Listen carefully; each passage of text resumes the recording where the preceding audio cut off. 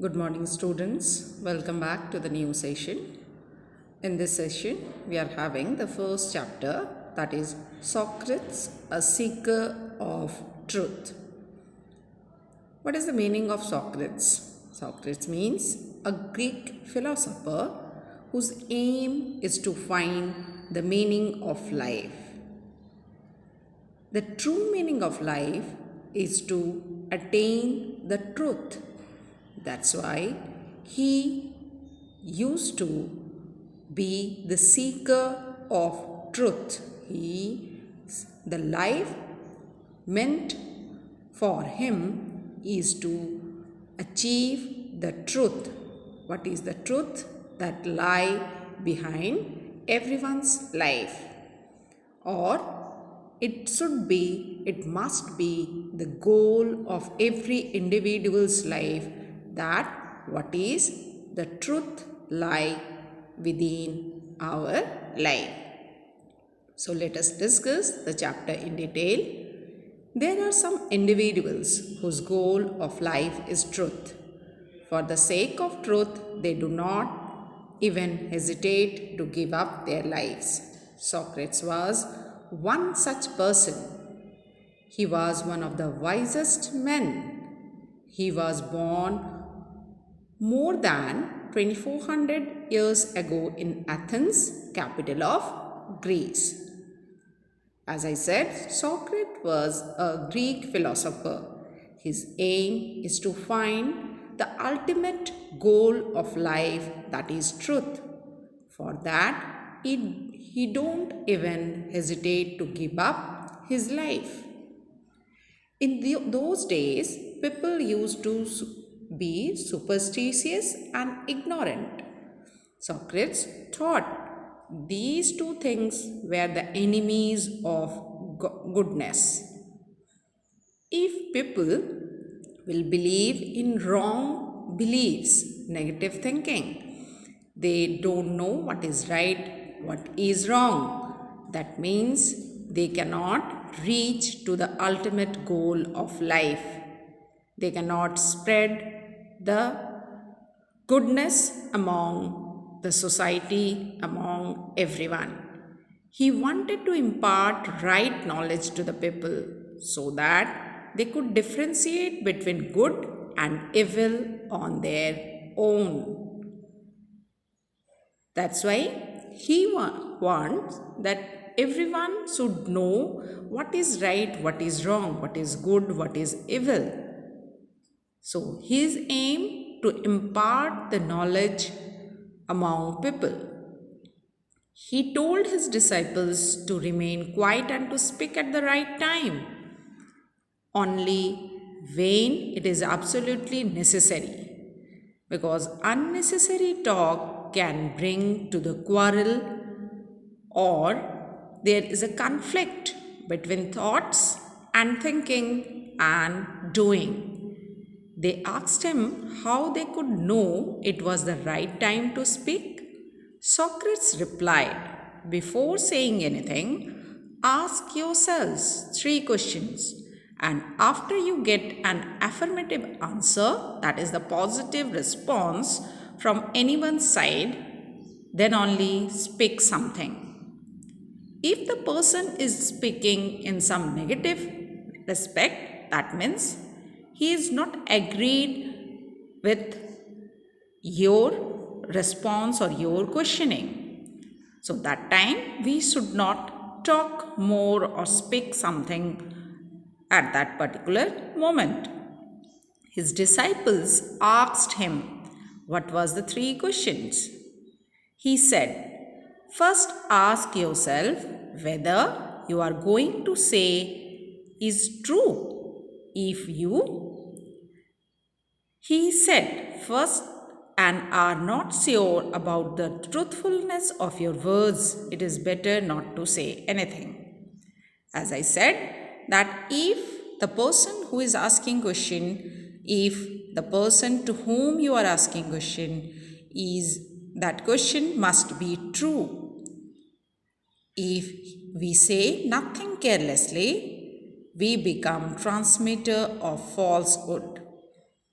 In general life, you must have experienced that whenever we are talking with someone, your intention must be good, maybe good, and the way you are speaking, that is something rudely, carelessly. That moment, maybe your words seems to be falsehood or harsh to the person to whom you are talking. Secondly, you should ask yourself whether you are going to say it pleasant. Your words should not hurt anybody. You should be polite with your words or way of speaking. Thirdly, you should ask whether your words are useful and will they bring comfort to anyone. You should speak only if your words are likely to help someone. That means whenever you are speaking, your words must be or seems to be useful for others. You should be the transmitter of good. Your words, you should talk in a pleasant and polite way, and it must be comfortable or for the sake of good of others. Many young people became his disciples. Socrates' name and fame spread all over Greece. The ruling authorities of Athens put him into jail because, according to them, he was corrupting the youth of the city. It's not like that whenever you are talking about good, you are talking politely, you will be praised by everyone. Same thing happens with Socrates. The ruling authority of Athens thought the way Socrates' name and fame is spreading everywhere, that may be harmful for the authority of Athens. They thought that Socrates was corrupting the youth of the city, misguiding them. So they put him into jail. But Socrates claimed, I am not misguiding anybody. I am only a seeker of truth, and I just want people to lead a happy life. His aim only to spread truth, goodness in the society. He was told to renounce his teachings, but he refused to do so. He was condemned to die by drinking poison. The authority forced him that whatever you are doing, whatever you are trying to do with the society, with the youth of the city, you have to stop doing that and you have to drink poison and give your life. Socrates sacrificed his life for the sake of truth. He wanted peace to become reasonable instead of superstitious. So, he even ready to give up his life for the sake of truth instead of promoting superstitious or ignorance among the people. His aim was to spread only reasonable or goodness among all. So, according to the thought of the day, a scientific mind does not accept anything blindly. It means that if you do research on anything or any talk or any work, or scientifically you will think, means you are trying to find out the good reason behind it, that what can be the reason behind it to spread goodness. That is scientific thinking. It searches and reasons before taking any decision or any action. It seeks the truth. If you are searching for reasons, that means you are searching for the truthness, the goodness behind it. Search with sincerity and preserve in your search.